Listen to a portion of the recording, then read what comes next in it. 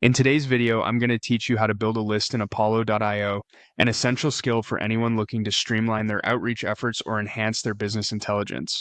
Apollo.io offers robust capabilities for creating and managing lists, whether you're focusing on people or companies. Let's dive into the process step by step to make sure you're able to get the most out of this powerful tool. First, once you've logged into Apollo.io, you'll want to start on the home page. From the home page, look for the Lists option. Go ahead and click on it. This will open up the list management feature of Apollo, which is an excellent starting point for organizing your data and contacts. With the list management interface open, you'll notice an option that says Create a People List or Create a Company List. Depending on your needs, click on one of these options. If you're looking to maintain contact with individuals, opt for a people list. If you aim to track company interactions, then the company list is your best bet.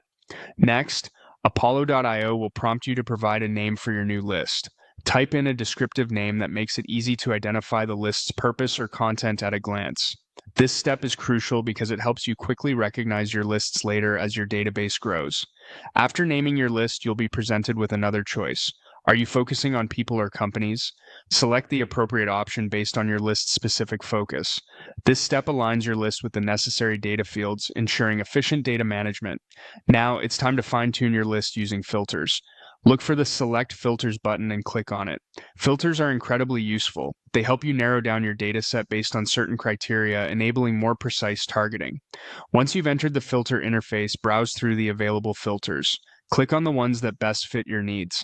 These filters might include industry type, company size, geographical location, or specific job roles, among others.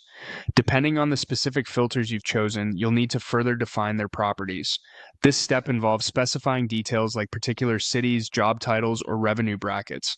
The more precise your properties are, the more tailored and effective your list will be. If your target list involves specific companies, make sure you select the exact companies you want to include. Clicking on the companies directly will add them to your list, refining your target audience even further. With your list thoroughly defined and filtered, the next step is to add these selections to your list. Click on the Add to List button. This action compiles your filtered data into a cohesive list that you can use for outreach or analysis. Finally, to wrap up, you'll need to click on Create to finalize your list.